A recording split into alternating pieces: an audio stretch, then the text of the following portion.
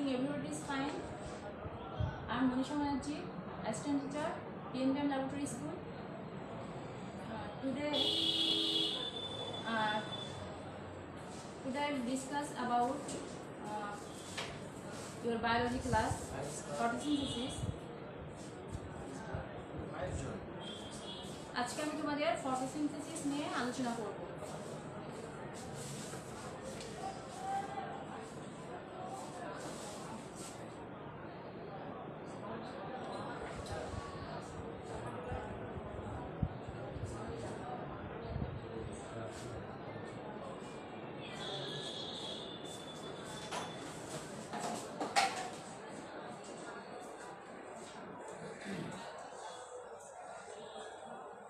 At first, take a look what is photosynthesis. সালোকসংশ্লেষণ কি সেটা নিয়ে প্রথমে দেখা যাক। যদি ফটোসিনথেসিস শব্দটাকে আমরা দুই ভাগে ভাগ করতে পারি, যদি আমরা এইভাবে ভাঙি তাহলে আমরা দেখো দুইটা শব্দ পাবো।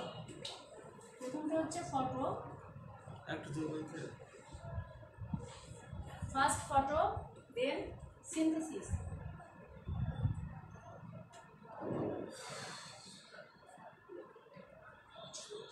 Photo means light or alo.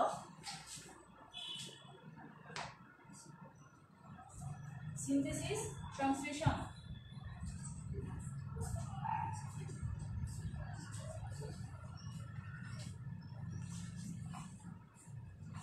তো আলোর উপস্থিতিতে যে সংশ্লেষণ ঘটে বা আলোর উপস্থিতিতে যে বিভিন্ন অণু পরমাণুর মধ্যে দিয়ে যে সংশ্লেষণ ঘটে সেটাকেই বলে ফটোসিনথেসিস। যদি আমরা একে দুভাবে ভাগ করে এভাবে ব্যাখ্যা করতে পারি।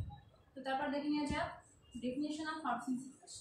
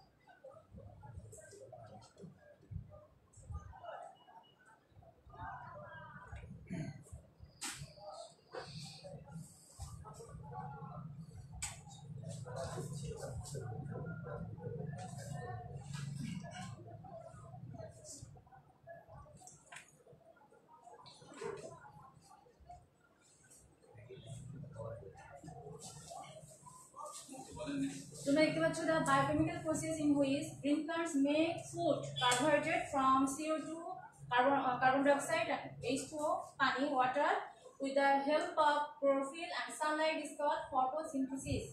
যে জৈব রাসায়নিক প্রক্রিয়ায় সবুজ উদ্ভিদ তাদের খাদ্য তৈরি করে, শর্করা জাতীয় খাদ্য তৈরি করে কার্বন ডাইঅক্সাইড এবং পানির সহায়তায়, তাদের সাহায্য নিয়ে ক্লোরোফিল এবং সূর্যালোকের সাহায্য নিয়ে তাকে বলে ফটোসিনথেসিস। আমরা যদি এই সংজ্ঞা থেকে আমরা কয়েকটা বৈশিষ্ট্য পাই, দেখো এটা হচ্ছে প্রথমটা বায়োকেমিক্যাল প্রসেস।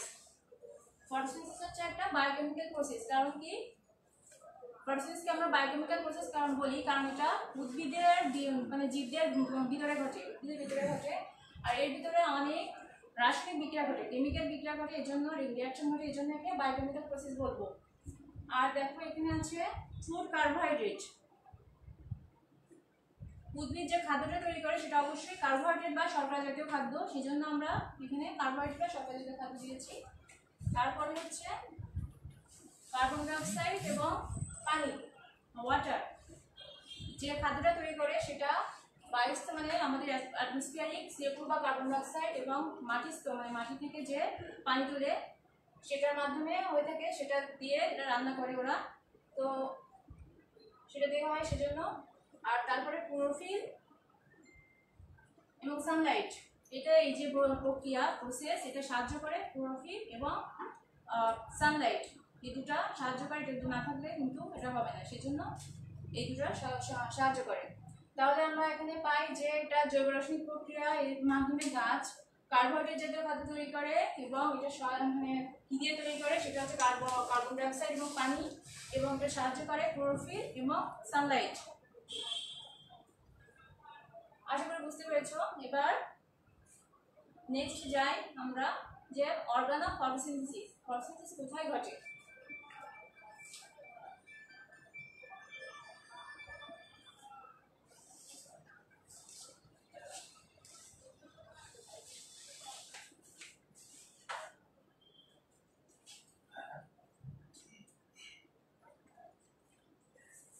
দেখো আমরা সংজ্ঞা আগে থেকে বলেছিলাম, গ্রিন প্লান্টস, গ্রিন সবুজ উদ্ভিদ। সাধারণত এই যে প্রক্রিয়াটা ঘটে উদ্ভিদের সবুজ অংশে, যেখানে সবুজ আছে তোমরা জানো, সবুজ অংশ উদ্ভিদের সেটা পাতা, এবং অনেক ছোট ছোট উদ্ভিদ যা কচি গাছ, ইয়াং ইয়াং যেসব প্লান্টস আছে তাদের কিন্তু কাণ্ডে স্টেমেও আমরা ক্লোরোফিল পেয়ে থাকি, তারা সবুজ থাকে। সুতরাং এই সব জায়গায় কিন্তু এই ফটোসিনথেসিস প্রক্রিয়াটা হয়। তো মূলত যেখানে ক্লোরোফিল থাকে সেটা হচ্ছে পাতা, তাই আমরা পাতাকে এই ফটোসিনথেসিসের প্রধান অর্গান বলবো।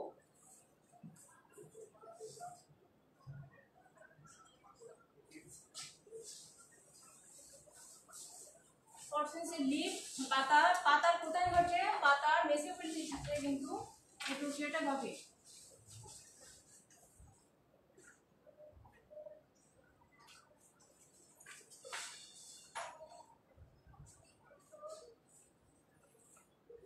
আমরা দেখতে পাচ্ছি যে ফটোসিনথেসিসের অঙ্গ হচ্ছে, প্রধান অঙ্গ হচ্ছে পাতা। এই পাতার ভিতরে যে মেসোফিল টিস্যু থাকে, সেই মেসোফিল টিস্যুতে ক্লোরোফিল গুলো সাজানো থাকে। তো এই যে ক্লোরোফিল সাজানো থাকে ওখানে, এইখানে প্রক্রিয়াটা ঘটে।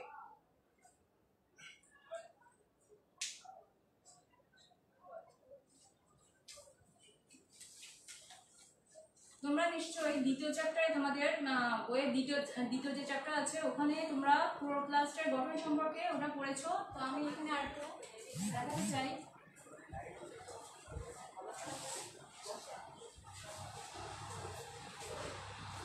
দেখো ক্লোরোপ্লাস্ট হচ্ছে একটা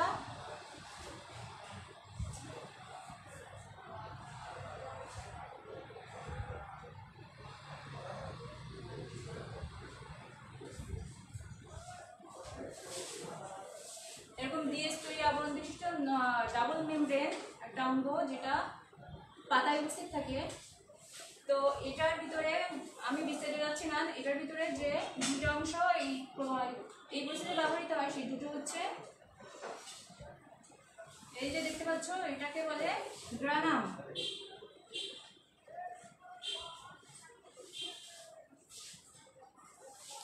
গ্রানাম বা থাইলাকয়েড।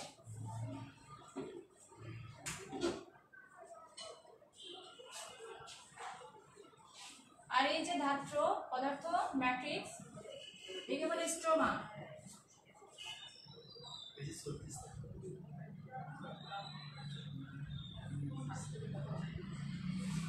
এই যে ডিস্কের মতো চাকতির মতো অংশগুলো, এই একটা একটা চাকতিকে বলে, এরকম একটা একটা চাকতিকে বলবে থাইলাকয়েড। এই থাইলাকয়েডের মধ্যে ক্লোরোফিল অণুগুলো সাজানো থাকে।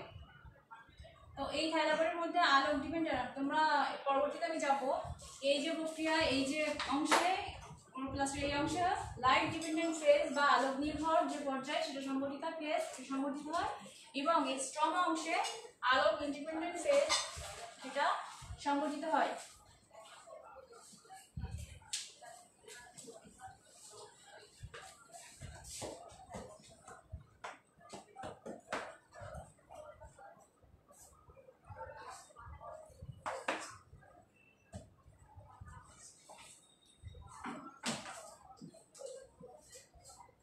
এবার দেখো ফটোসিনথেসিস যে প্রক্রিয়া বা সালোকসংশ্লেষণ প্রক্রিয়ায় আমাদের কি কি উপাদান বা কম্পোনেন্টস, এসেনশিয়াল কম্পোনেন্ট লাগবে।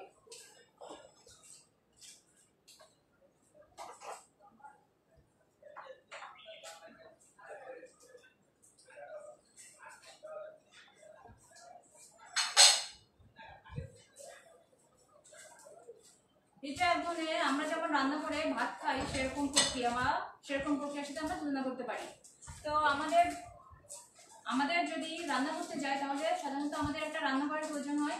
তো রান্নাঘর সেটা আগে বলছিলাম যে পাতাই হচ্ছে গাছের রান্নাঘর, পাতার ভিতরে এটা ওরা রান্না করে। তারপরে আমাদের প্রথমে লাগবে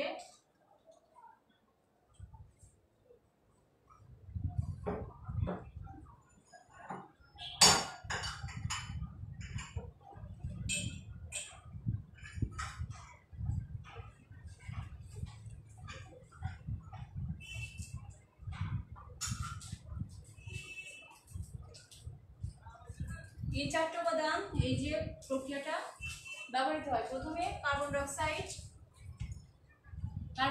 প্রথমে পায় গাছ, কার্বন ডাইঅক্সাইড গাছ পায়। আমাদের 22টা যে কার্বন ডাইঅক্সাইড আছে অ্যাটমসফিয়ারিক কার্বন ডাইঅক্সাইড, সেখান থেকে পায় গাছের যে পাতার নিচে স্ট্রমা নামক যে পত্র রন্ধ্র থাকে, সেখান থেকে যে কার্বন ডাইঅক্সাইডটা গাছের পাতার ভিতরে ঢোকে। তো বায়ুমণ্ডলে আমাদের অ্যাটমসফিয়ারিক কার্বন ডাইঅক্সাইডের পরিমাণ হচ্ছে তোমরা জানো 0.03%, এটা আমাদের বায়ুমণ্ডলে আছে। আর আমাদের পানিতে এর পরিমাণ হচ্ছে বেশি একটু, 0.3%। মানে দেখে বুঝতে পারছো যে বায়ুমণ্ডলে যে কার্বন ডাইঅক্সাইড আছে তার তুলনায় কিন্তু পানিতে যে অ্যাকোয়াটিক প্লান্টসগুলো আছে তাদের কার্বন ডাইঅক্সাইডের যে সরবরাহ সেটা বেশি। সেই জন্য কিন্তু অ্যাকোয়াটিক প্লান্ট বা জলজ উদ্ভিদের সালোক সংশ্লেষণের বা হারটা রেটটা অনেক বেশি হয়। এরপরে আসো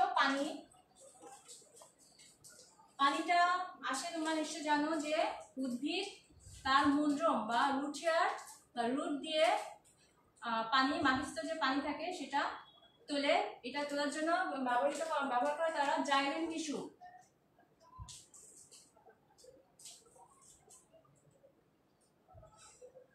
জাইলেম টিস্যু দিয়ে তারা মূলদ্রম দিয়ে পানি মানে কন্ট্যাক্ট করে নিয়ে যায় পাতার ভিতরে। এরপরে আছে ক্লোরোফিল। ক্লোরোফিল সম্পর্কে আমরা আগে বললাম, ক্লোরোফিল থাকে পাতার মেসোফিল টিস্যুতে বিন্যস্ত থাকে, সজ্জিত থাকে। এগুলো সবুজ রঙের যে পিগমেন্ট, যেখানে গাছের সবুজ অংশ থাকে সেখানে এগুলো থাকবে। বিভিন্ন রকমের ক্লোরোফিল আছে, ক্লোরোফিল এ, বি। তো এই ফটোসিনথেসিস প্রক্রিয়ার ক্ষেত্রে ক্লোরোফিল এটা বেশি কাজে লাগে। এবার সানলাইট, তোমরা বুঝতেই পারছো সানলাইটটা হচ্ছে কোথা থেকে আসে, সূর্যের আলো থেকে ছাড়া তো কোনো পথ নেই, সূর্যের আলো থেকে এটা আসে। তো আমরা দেখতে পাচ্ছি রান্নার সাথে তুলনা করি তাহলে পাতা হচ্ছে রান্নাঘর, ক্লোরোফিল হচ্ছে হাঁড়ি পাতিল। ক্লোরোফিলের সাহায্যে ক্লোরোফিলের ওই জায়গায় এটা রান্নাটা হয়। এবং রান্না করতে নিশ্চয়ই তোমরা জানো আগুন লাগে, আগুনটা হচ্ছে এখানে সানলাইট। আর কি রান্না করো, যদি ভাত রান্না করতে চাও যে ভাত চাল লাগে, সেটা হচ্ছে এখানে কার্বন ডাইঅক্সাইডকে বিজারিত করে ওরা খাদ্য তৈরি করে। এবং অবশ্যই যে কোনো রান্নায় পানি লাগে, তো সেটা হচ্ছে H2 অর্থাৎ ওয়াটার। নিশ্চয়ই তোমরা বুঝতে পেরেছো এটা।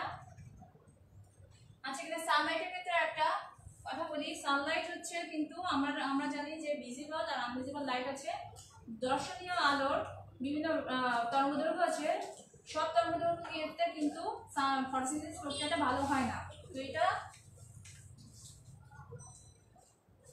680 ন্যানোমিটার থেকে 780 ন্যানোমিটার বা তরঙ্গদৈর্ঘ্যে সানলাইট সূর্যালোকে তরঙ্গদৈর্ঘ্যে ফটোসিনথেসিস প্রক্রিয়াটা ভালো হয়।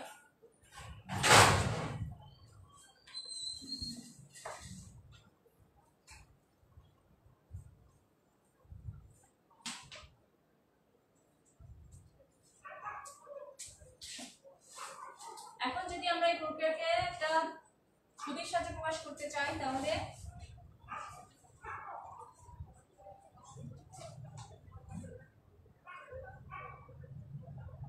এরকম দেখা যাবে।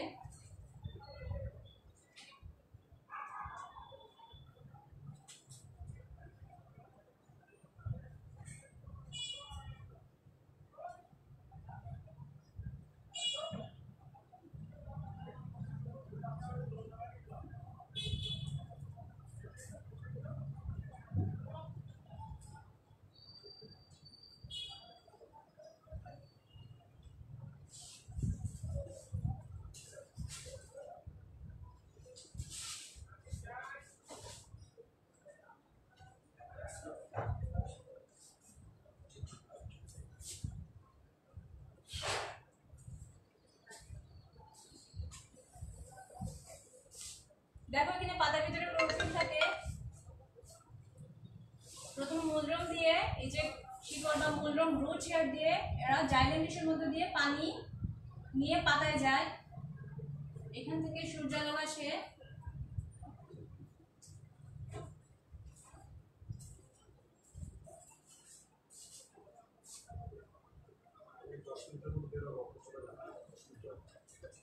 সূর্যালোক আসে এবং কার্বন ডাইঅক্সাইড আসে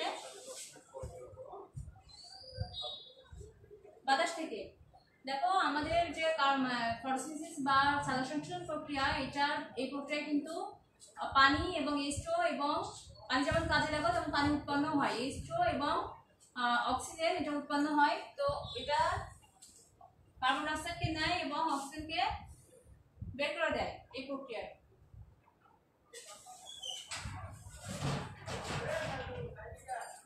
এভাবে আমরা দেখাতে পারি। আচ্ছা, পাতার ভিতরে নিচে যে স্টোমাটা থাকে সেটা আমরা যদি দেখাতে চাই এভাবে দেখাতে পারি।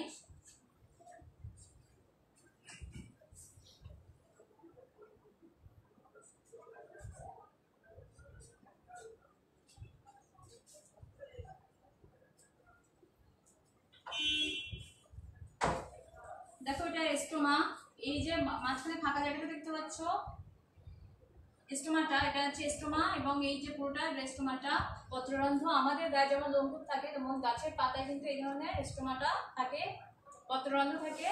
এটা একদম ছোট পোর যার মাধ্যমে যখন সানলাইট থাকে তখন এই স্টোমাটা খুলে যায় এবং বাতাস বা কার্বন ডাইঅক্সাইড এর ভিতরে ঢুকে আবার পানি বা হচ্ছে তোমার O2 বা অক্সিজেন এখান থেকে বেরিয়ে যায়।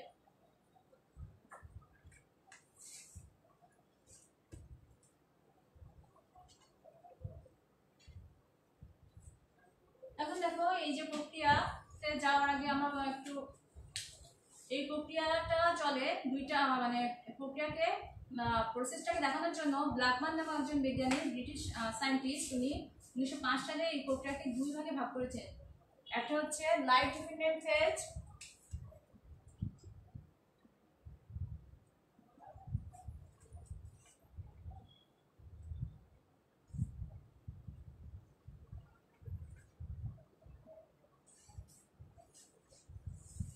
দ্বিতীয়টা হচ্ছে লাইট ইন্ডিপেন্ডেন্ট ফেজ।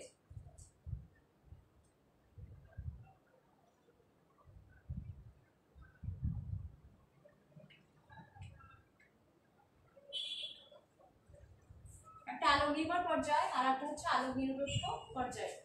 আলোক নির্ভর পর্যায়ে তোমরা নাম শুনে বুঝতে পারছো এটাতে অবশ্যই আলো দরকার হবে। এই প্রক্রিয়ার জন্য আলো দরকার হয়। যখন সানলাইট থাকে, সূর্যালোক থাকে, তখন এই বিক্রিয়াটা চলতে থাকে।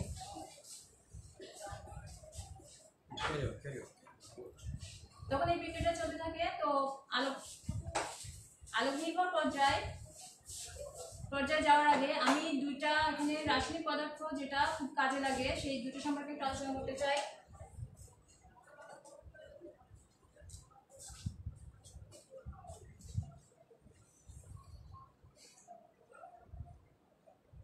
ATP and NADP. এটিপি সম্পর্কে প্রথমে বলতে চাই, এটিপি ফুল নেম হচ্ছে অ্যাডিনোসাইন ট্রাইফসফেট।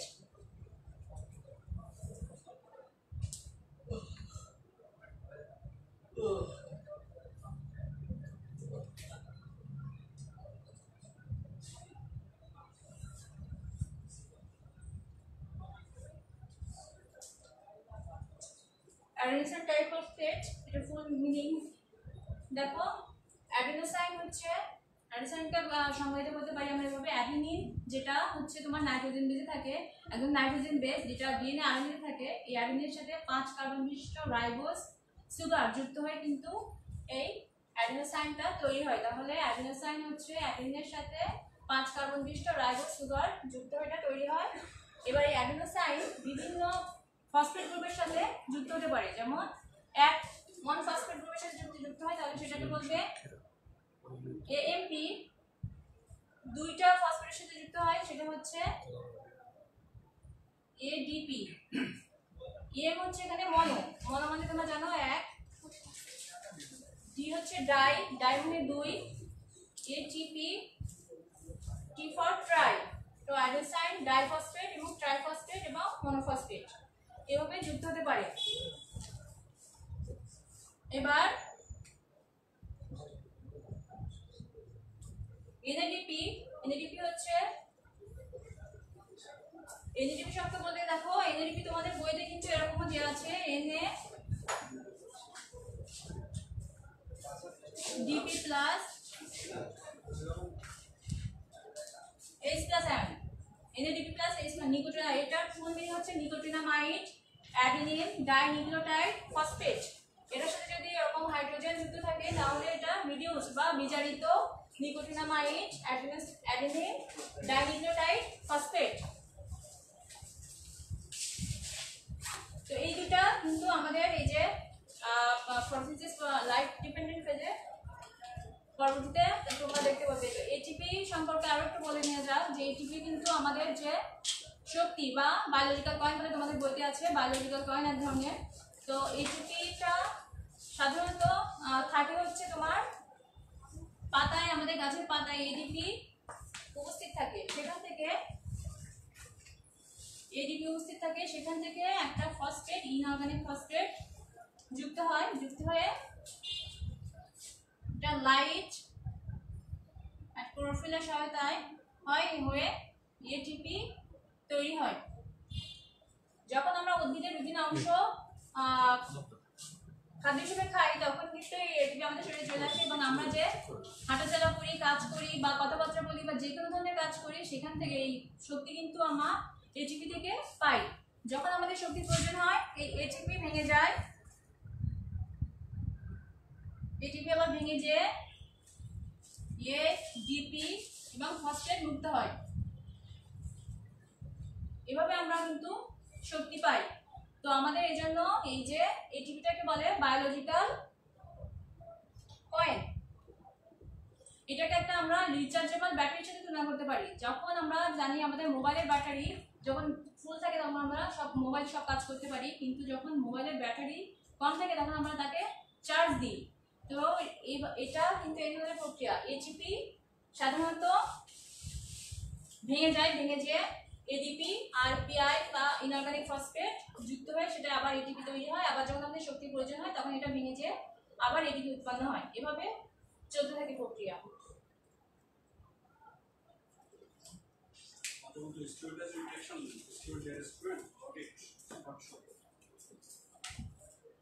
স্টুডেন্ট আশা করি বুঝতে পেরেছো।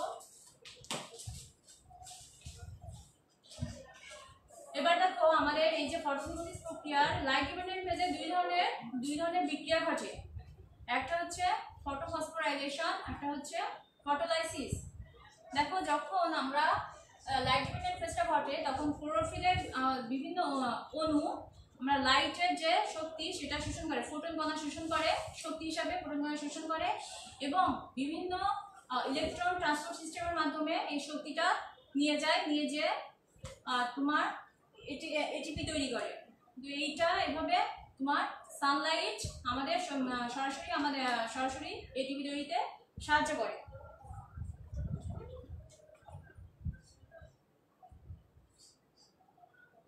দেখো ফটোফসফোরাইলেশন সম্পর্কে বলতে গেলে প্রথমে সংজ্ঞাটা দিয়ে নেওয়া যাক।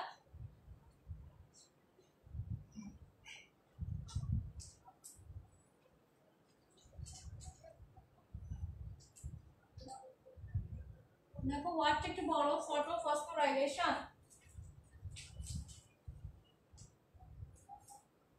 The process in which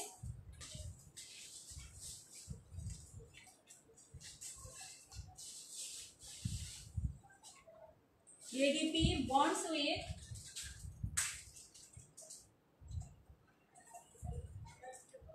inorganic phosphate to form ATP is called photophosphorylation.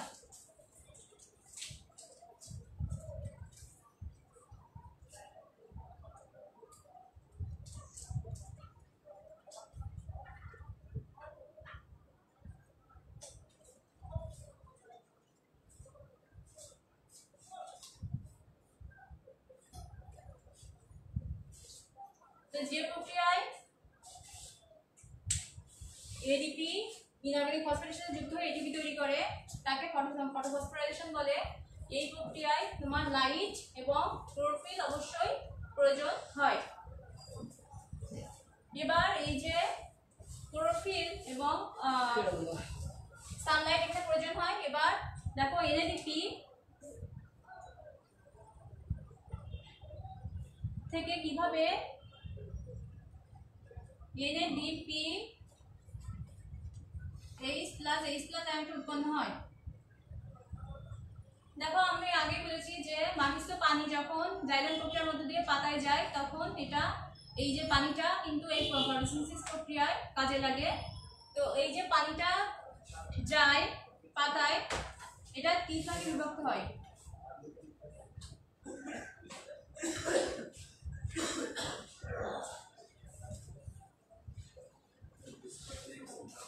H+ ion, electron এবং অক্সিজেন।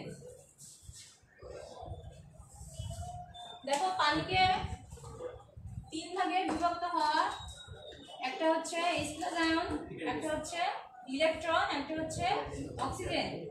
আমরা যে অক্সিজেনটা পাই, আমরা যে শ্বাসের সাথে অক্সিজেনটা নিই সেটা কিন্তু লাইট ডিপেন্ডেন্ট ফেজের এই যে অংশ পানি ভাঙনের ফলে বা এই যে ফটোলাইসিস যে বিক্রিয়া এটার ফলে আমরা অক্সিজেনটা পেয়ে থাকি। তো এই যে প্রক্রিয়াটাকে বলে ফটোলাইসিস বা hydrolysis.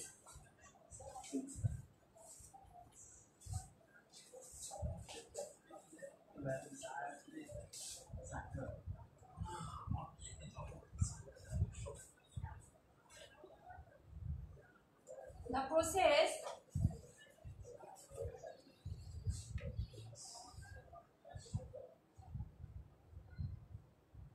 in which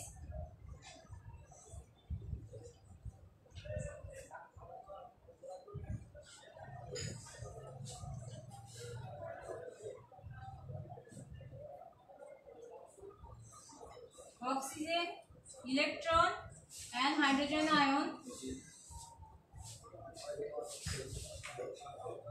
produced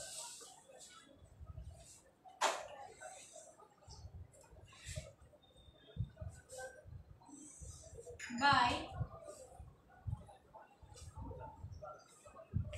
hydrolysis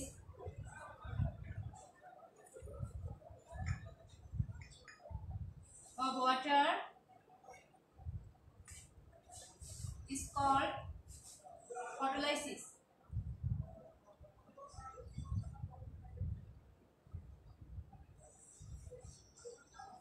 তো যে প্রক্রিয়ায় পানি ভেঙে যায়, পানি ভেঙে যায় 3টা পদার্থ উৎপন্ন হয়। এখানে দেখছি অক্সিজেন, কার্বন, হাইড্রোজেন আয়ন এবং ইলেকট্রন, তাকে বলে ফটোলাইসিস। দেখো এখানে ফটোফসফোরাইলেশনে প্রথমে ফটো এবং এইখানে যে ফটোলাইসিস এটা প্রথমে কিন্তু ফটো আছে। তো ফটো মানে আলোর উপস্থিতিতে এই দুটো বিক্রিয়া ঘটবে।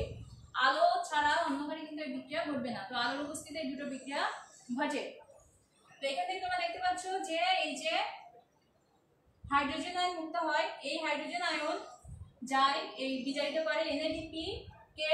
এই যে এনএডিপি এখানে বিজারিত হয়, বিজারিত হয়ে এটা গঠিত হয় এনএডিপি H+H+ আয়ন। স্টুডেন্টস তোমরা নিশ্চয়ই বুঝতে পারছো এটা।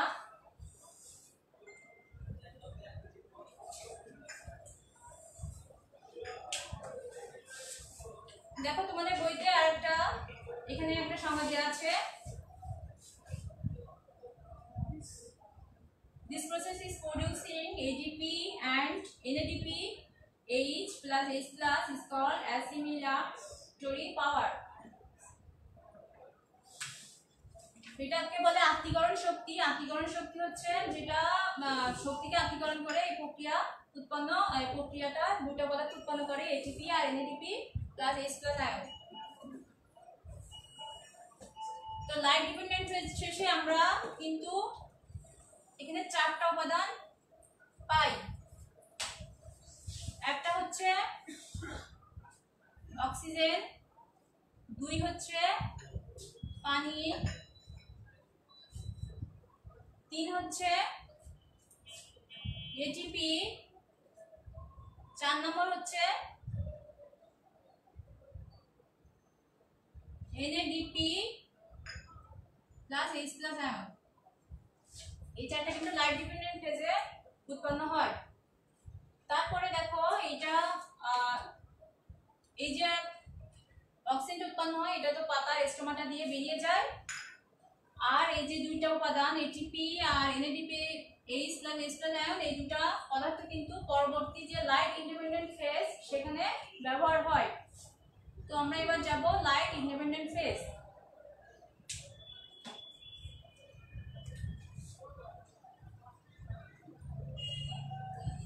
have 2 minutes in more. I have 2 minutes. 2 minute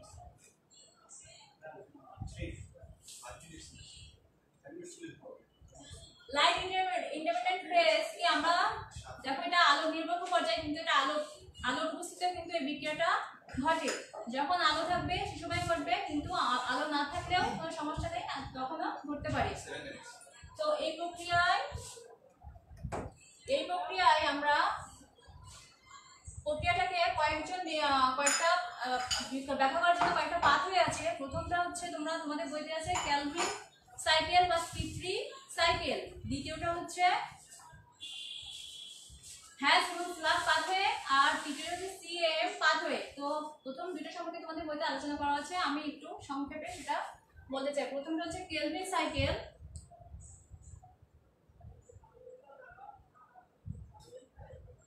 বা C3 সাইকেল।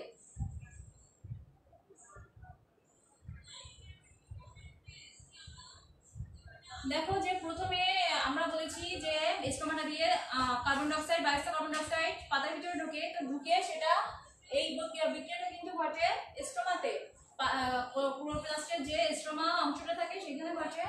তো এখানে যে কার্বন ডাই অক্সাইড ঢুকে সেটা প্রথম গ্রাফ হচ্ছে কার্বন ডাই অক্সাইডের প্রথম গ্রাফ হচ্ছে ribulose on 5 bisphosphate, ribulose on 5 bisphosphate.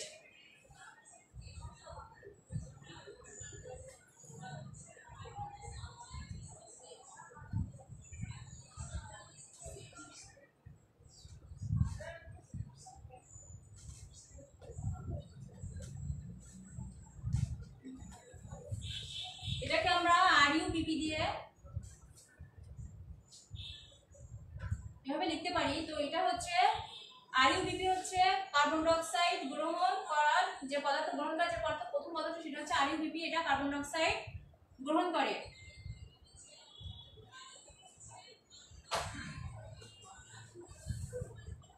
এই যে RUBP এবং কার্বন ডাই অক্সাইডের সহায়তায় তৈরি হয় কিটো অ্যাসিড নামক একটা পদার্থ, আনস্টেবল, এটা খুবই আনস্টেবল এবং এটা সঙ্গে সঙ্গে কিটো অ্যাসিড গঠনের সঙ্গে সঙ্গে এটা আবার তোমার ভেঙে যায়, যেটা স্টেবল পদার্থ তৈরি হয় সেটা হচ্ছে ফসফোগ্লিসারিক অ্যাসিড। ফসফোগ্লিসারিক অ্যাসিডটা তৈরি হয়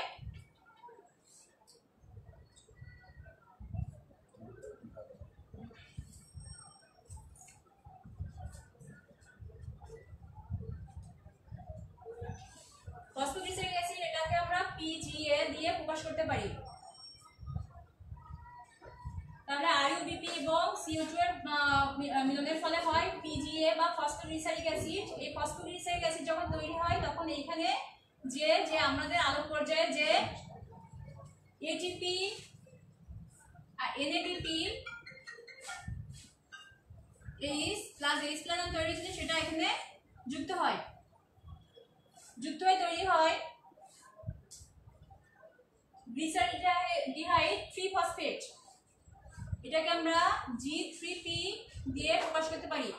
আচ্ছা, এখানে যখন ATP আর এই দুটো পদার্থ যোগ হয় তখন এখান থেকে কিন্তু আবার বেরিয়েও যায়। এখান থেকে বের হচ্ছে ADP plus PI phosphate plus NADP, এগুলো কিন্তু বেরিয়ে যায়। এবার এই যে G3P গ্লিসারিডিহাইড 3 ফসফেট, এখান থেকে কিন্তু তোমার এই গ্লুকোজটা তৈরি হয়,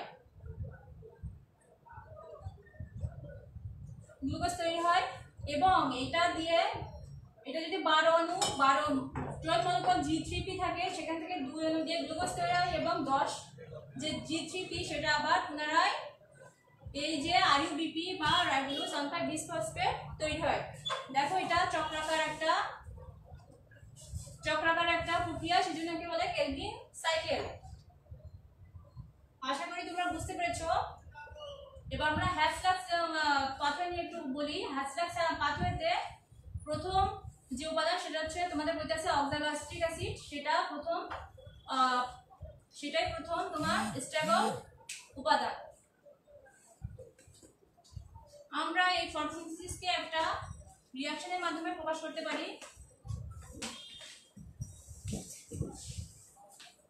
দেখো আমরা আগে পড়েছিলাম CO2 প্লাস H2O, এখান থেকে লাইট আর ক্লোরোফিলের সহায়তায় তৈরি হয় গ্লুকোজ C6H12O6 প্লাস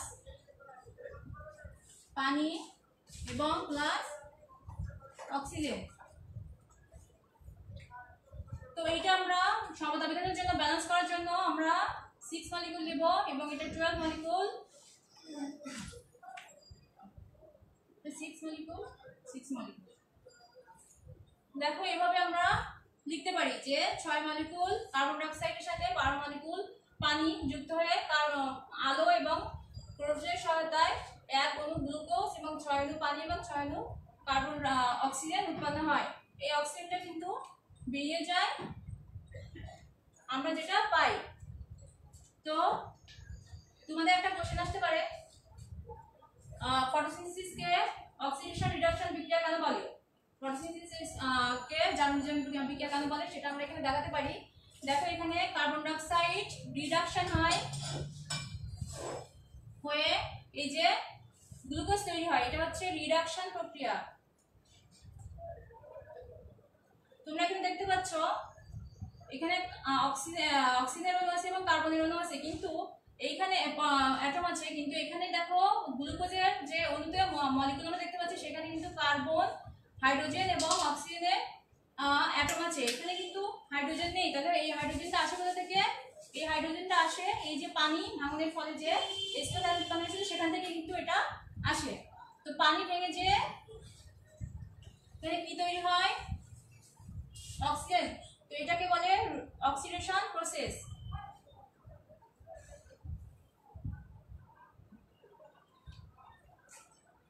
যেহেতু carbon die oxide hydrogen ion নেয় সেহেতু সেটা রিডাকশন প্রসেস, এবং যেহেতু এটা পানি ভেঙে যে এটা অক্সিজেন তৈরি করে এবং এটা অ্যাটম দেয় সেহেতু মানে ইলেকট্রন দেয়, সেহেতু ইলেকট্রন দেওয়ার জন্য এটাকে বলে অক্সিডেশন প্রসেস। আশা করি বুঝতে পেরেছো। তো আজকে আর না, আবার পরে দেখা হবে। সবাই ভালো থেকো, বাই।